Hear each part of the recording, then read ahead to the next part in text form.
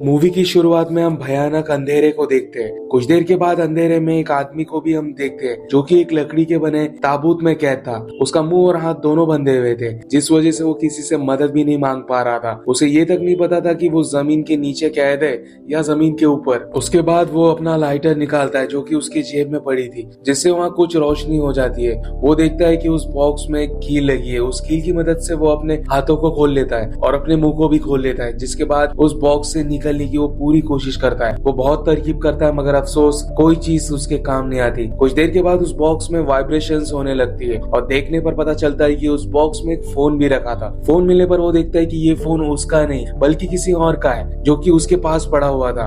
उस फोन में जो भाषा है वो भी उसकी नहीं होती है। वो उस भाषा को नहीं जानता। दरअसल वो इराकी भाषा होती है। मगर वो जल्दी से इमरजेंसी नंबर पर कॉल लगाता है और किस्मत से वो कॉल कनेक्ट भी हो जाता है। वो कॉल लगने पर बताता है कि मैं एक ताबूत में बंद हूँ और मैं यहाँ सांस भी नहीं ले पा रहा। और यहाँ से वो अपना नाम बताता है। उसका नाम पॉल कॉन्डे है। वो एक ट्रक ड्राइवर है। वो कहता है कि मेरे साथ और भी लोग थे, हम पर हमला हुआ था जिसमें मुझे पीछे से किसी ने मारा और फिर मैं बेहोश हो गया। जिसके बाद जब मुझे होश आया तो मैं इस लकड़ी के ताबूत में बंद हूँ। वो उससे मदद मांगता है तो वो लेडी उससे कहती है कि उसने ओहायो में कॉल लगाया, जो कि एक रिमोट एरिया है जहाँ से वो लेडी पॉल की कोई मदद नहीं कर सकती। ये सब सुनने के बाद भी वो अपनी हिम्मत नहीं हारता है और अपनी वाइफ लिंडा को कॉल करता है, मगर लिंडा उसका कॉल नहीं उठाती। वो अपने वाइफ के लिए एक वॉइस मैसेज ड्रॉप कर देता है। अब वो कस्टमर केयर पर बात करके FBI वालों का नंबर निकालता है। जब वो उन्हें कॉल करता है तो पॉल का कॉल वो लोग उठा लेते हैं। वो उन्हें अपनी पूरी सिचुएशन बताता है तो FBI वाले उसे फिर से पूछते हैं, तुम आराम से बताओ तुम्हारे साथ में क्या हुआ है। तो वो उन्हें शुरू से सारी बात बताता है कि उन पर हमला हुआ था और जब वो बेहोश हुआ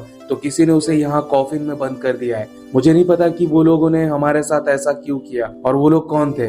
इतना कहते हैं कि उसे पता चलता है कि उसके फोन का सिग्नल जा चुका है। वो इसके बाद काफी परेशान हो जाता है। वो अपने फोन को कॉफिन में हर तरफ घुमाता है ताकि नेटवर्क मिल सके और तभी नेटवर्क आ भी जाता है। वो दोबारा कॉल लगाता है, मगर इस बार कॉल कहीं और लग जाता है और वो उसे मैसेज ड्रॉप करने के लिए कहते हैं, मगर एक बार फिर उसके फोन का सिग्नल चला जाता है। अब पॉल बहुत ज्यादा परेशान हो चुका है। उसे अब कहीं ना कहीं अपनी मौत दिखाई देने लगी है, लेकिन तभी उसे याद आता है कि उसके फोन पर एक मिस कॉल आया हुआ है। वो उस नंबर पर कॉल करता है तो सामने से एक आदमी की आवाज आती है। वो आगे से उसे कहता है कि सोल्जर, तुम अभी तक जिंदा हो।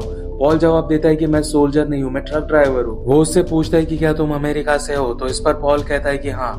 तो वो आदमी कहता है कि फिर तो तुम जरूर एक सोल्जर हो। इसके बाद वो आदमी कहता है कि अगर रात 9 बजे से पहले तुमने मुझे $5 मिलियन नहीं दिए तो तुम्हें यहीं पर मरने के लिए छोड़ दिया जाएगा। पॉल कहता है कि अगर मेरे पास इतने पैसे होते तो मैं ट्रक क्यों चलाता। लेकिन वो आदमी पॉल की कोई बात नहीं सुनता और कहता है कि तुम्हारे फैमिली के पास भले ही इतने पैसे ना हो, मगर तुम्हारे अमेरिकन एम्बेसी के पास तो है। तुम अपने एम्बेसी से कहो कि तुम जल्दी ही मरने वाले हो अगर उन्होंने तुम्हें बचाने के लिए $5 मिलियन नहीं दिए तो। पॉल उससे कुछ कह पाता उससे पहले वो कॉल कट हो जाता है। अब पॉल समझ जाता है कि उसे अपनी जान बचाने के लिए उसे अपने एम्बेसी से $5 मिलियन मांगना ही होगा। उसके बाद पॉल अपनी एक दोस्त डोना को कॉल करता है। उसे कहता है कि क्या तुम अभी कंप्यूटर के पास हो। वो कहती है कि हाँ। पॉल उसे कहता है कि मुझे जल्दी से स्टेट गवर्नमेंट का नंबर निकाल कर दो। डोना कहती है कि उसे अभी जरूरी काम है, वो बाहर जा रही है। ये सुनकर पॉल उस पर जरा गुस्सा हो जाता है और चिल्लाने लगता है, जिसके बाद डोना गुस्से में कॉल काट कर देती है। लेकिन पॉल के पास कोई और रास्ता नहीं होता, इसीलिए वो उसे दोबारा कॉल करता है, जिसके बाद आखिरकार वो उसे इस बार नंबर दे देती है। पॉल स्टेट गवर्नमेंट को कॉल करके उन्हें अपनी हालत अच्छी तरह बताता है, लेकिन वो लेडी जिससे वो बात कर रहा होता है वो अचानक पॉल का नाम ले लेती है। इस पर पॉल कहता है कि मैंने अभी तक अपना नाम नहीं बताया, फिर तुम्हें मेरे बारे में कैसे पता। वो बताती है कि तुमने एक वॉइस मैसेज भेजा था जो हमारे पास पहुंच चुका है। ये सुनकर पॉल कहता है कि मुझे आज रात 9 बजे से पहले $5 मिलियन चाहिए, वरना वो लोग मुझे मार देंगे। जिस पर वो लेडी पॉल की रिक्वेस्ट ठुकरा देती है। वो कहती है कि टेररिस्ट से हम लोग कोई बात नहीं करेंगे, ना ही हम उनकी कोई भी शर्त सुनेंगे। पॉल कहता है कि आप लोग आराम से ऑफिस में बैठे हुए हो, इसीलिए ऐसी बातें कर रहे हो। अगर आपको मेरी हालत का जरा भी अंदाजा होता तो आप ऐसा नहीं कहते। प्लीज मेरी मदद कीजिए, मैं यहाँ सांस भी नहीं ले पा रहा हूँ, मुझे बड़ी तकलीफ हो रही है। ये सब सुनकर वो लेडी को पॉल पर बहुत दया आ जाती है और वो एक आदमी का नंबर देती है पॉल को, जिसका नाम डैन होता है। वो लेडी पॉल से कहती है कि तुम डैन से कांटेक्ट करो, वो तुम्हारी मदद कर सकता है। जब पॉल उसे कॉल करता है तो डैन उसे कहता है कि मुझे तुम्हारी पूरी सिचुएशन पता है, तुम्हें आज शाम 9 बजे से पहले हम लोग निकाल लेंगे। फिर डैन कहता है कि तुम अपने फोन की बैटरी को जितना हो सके उतना सेव करो और अपने लाइटर को भी इमरजेंसी पर ही यूज करो। इसी बीच पॉल को दोबारा किडनैपर का कॉल आता है। पॉल गलती से कॉल उठा लेता है और फिर वो आदमी आदमी पॉल से पूछता है कि क्या तुमने अपने एम्बेसी से बात की, जिस पर पॉल कहता है कि एम्बेसी वाले उसकी बात मानने से इनकार कर रहे हैं। वो कह रहे हैं कि वो आतंकवादियों की कोई बात नहीं मानेंगे, जिस पर वो आदमी कहता है कि मैं आतंकवादी नहीं हूँ, तुम मेरे देश में घुसकर उसे बर्बाद कर रहे हो। पॉल उस आदमी से कहता है कि मेरा इन सब में कोई लेना देना नहीं है, मैं सिर्फ एक मामूली सा ट्रक ड्राइवर हूँ जो यहाँ पर पैसे कमाने के लिए आया है। पॉल उसे कहता है कि मैं तुम्हें $5 मिलियन नहीं दे पाऊंगा, जिस पर वो आदमी कहता है कि मैं भी पहले जॉब करता था, फिर 9/11 हुआ है, उसमें मेरी क्या गलती थी।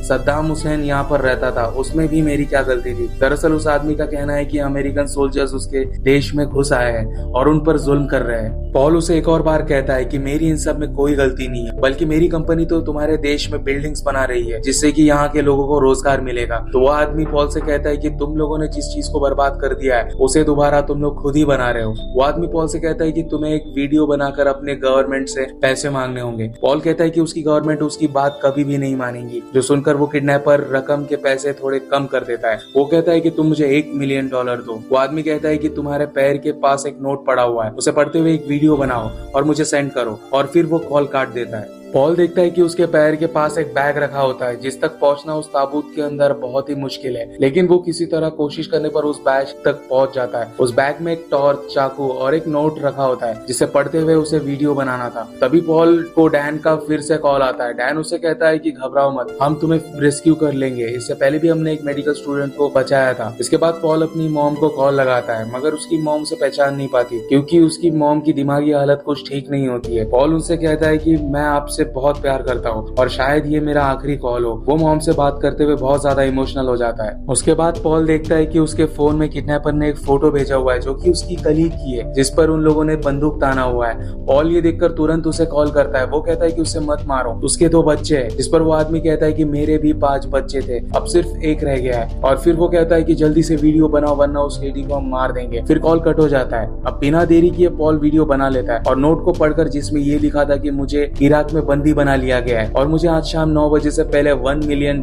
चाहिए ताकि मैं अपनी जान बचाकर यहाँ से जा सकूं। पॉल वीडियो बनाकर उस आदमी को भेज देता है। कुछ देर के बाद पॉल को उसके ताबूत में किसी और के होने का भी एहसास होता है। जब वो अपने आसपास चेक करता है तो वहाँ पर एक सांप होता है जो कि काफी जहरीला होता है। पॉल की किस्मत मानो जैसे उसके साथ हुई ही ना, जो कि ये जो सांप होता है वो एक छेद में से अंदर आया था। पॉल अपने ब्लैडर की लिक्विड को उस बॉक्स में छिड़क देता है और चारों तरफ आग लगा देता है, जिसके बाद वो सांप गर्मी की वजह से वहाँ से भाग जाता है। जिसके बाद वो एक राहत की सांस लेता है। मगर अभी उसके फोन पर एक और वीडियो आता है और ये वीडियो उस लेडी का होता है जिसकी पिक पहले भी उसके पास आई थी। वो लेडी कहती है कि हमारे गवर्नमेंट ने हमारी एक भी शर्तें मानने से इनकार कर दिया है। उन लोगों ने 3 शर्त रखी थी मगर गवर्नमेंट ने उसमें से एक भी मानने को इनकार कर दिया है, और तभी उस लेडी पर गोली चलाकर उस लेडी को मार दिया जाता है। वो सीन देखकर पॉल बहुत ज्यादा डर जाता है। वो देखकर उसे उस ताबूत के अंदर ही उल्टियां होनी शुरू हो जाती है। पॉल को लगता है कि जब उस लेडी की किसी ने मदद नहीं की तो कोई पॉल की क्या मदद करेगा। थोड़ी देर बाद डैन का उसे कॉल आता है। वो पॉल से कहता है कि तुमने क्यों वीडियो बनाया। वो लोगों ने वीडियो बनवा कर तुम्हारे वीडियो को यूट्यूब पर डाला है जिस पर 47K व्यूज है। ऐसा उन्होंने इसलिए किया ताकि वो लोग गवर्नमेंट पर प्रेशर डाल सके। आखिर में डैन कहता है कि तुम हौसला रखो, हम तुम्हें बचा लेंगे। लेकिन पॉल उनसे कहता है कि तुम झूठ बोल रहे हो, तुमने उस लेडी को भी नहीं बचाया। डैन कहता है कि इस बारे में मैं कुछ भी नहीं जानता हूँ, तुम हौसला रखो, हम तुम्हारे काफी करीब है। पॉल डैन से बोलता है कि मेरे आसपास जरूर कोई ना कोई मस्जिद है क्योंकि मैंने अभी अभी अजान की आवाज सुनी है। ये सुनकर डैन कहता है कि इसका मतलब हम तुम्हारे बहुत करीब है। लेकिन तभी वहाँ पर एक धमाका होता है और तभी ताबूत की लकड़ी टूट जाती है और जिसमें से रेत ताबूत के अंदर आना शुरू हो जाता है। अगर टाइम रहते रेत वाली जगह ब्लॉक नहीं की तो रेत की वजह से पॉल की जान जाना तय है। वो वहाँ पर एक कपड़ा लगा देता है जिसके बाद रेत अंदर आना बंद हो जाता है और फिर वो घड़ी में देखता है कि 8 बज चुके हैं, यानी कि अब सिर्फ 1 घंटा बचा है। अब डैन को कॉल आता है। वो पॉल से कहता है कि तुमने अभी अभी जो धमाका सुना है वो हमारे ही फाइटर जेट ने किया है और चांसेस है कि वो आतंकवादी भी उस धमाके में मारा गया हो। मगर पॉल की हिम्मत अब पूरी तरीके से जवाब देने लगी है। उसने अब जिंदा बचने की पूरी उम्मीद छोड़ दी है। उसका आधा शरीर रेत में दफन हो चुका है और सिर्फ उसका गर्दन का हिस्सा बाहर है। यहाँ पर वो अपनी पत्नी को बार बार कॉल लगा रहा था ताकि एक बार उससे बात हो सके, मगर उसका फोन बार बार अनरीचेबल आ रहा था। अब एक बार फिर उसका फोन बजता है और उस किडनैपर का कॉल आता है, यानी कि वो आदमी अभी भी जिंदा है। वो पॉल से पैसों का पूछता है। पॉल से कहता है कि मुझे इस बारे में कुछ नहीं पता। वो आदमी पॉल से उसकी एक उंगली काटने के लिए कहता है और वीडियो बनाने के लिए कहता है, ताकि ये देखकर उसका गवर्नमेंट प्रेशर में उसे बचाने के लिए पैसे दे दे, मगर वो ऐसा करने से मना कर देता है। वो आदमी पॉल से कहता है कि तुमने अगर ऐसा नहीं किया तो हम तुम्हारे परिवार वालों को मार डालेंगे। यानी कि वो आदमी पॉल के घर का एड्रेस भी जानता था।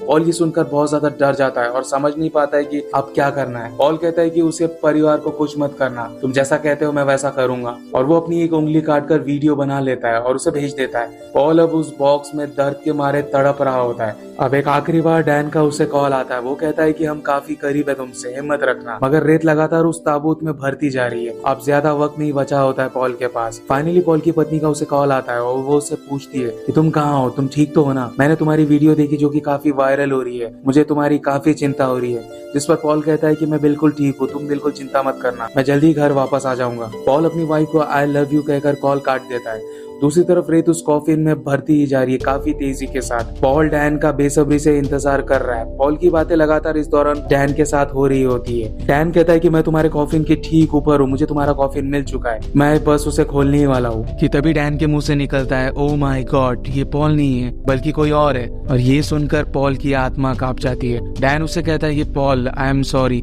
मैं तुम्हें नहीं बचा पाया। और आखिर में रेत उस कॉफिन में अब पूरी तरीके से भर जाती है और पॉल उस रेत में दफन हो जाता है और पूरी तरीके से वहां पर अब अंधेरा हो जाता है और शांति हो जाती है। और यहीं पर ये फिल्म काफी दुखद एंडिंग के साथ खत्म हो जाती है। मूवी क्रेवर्स, आई होप ये फिल्म आपको पसंद आई होगी।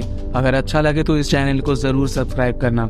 मूवी क्रेव को सपोर्ट कीजिए। 1000 सब्सक्राइबर्स को हम बहुत ही जल्द हिट करने वाले हैं। शुक्रिया।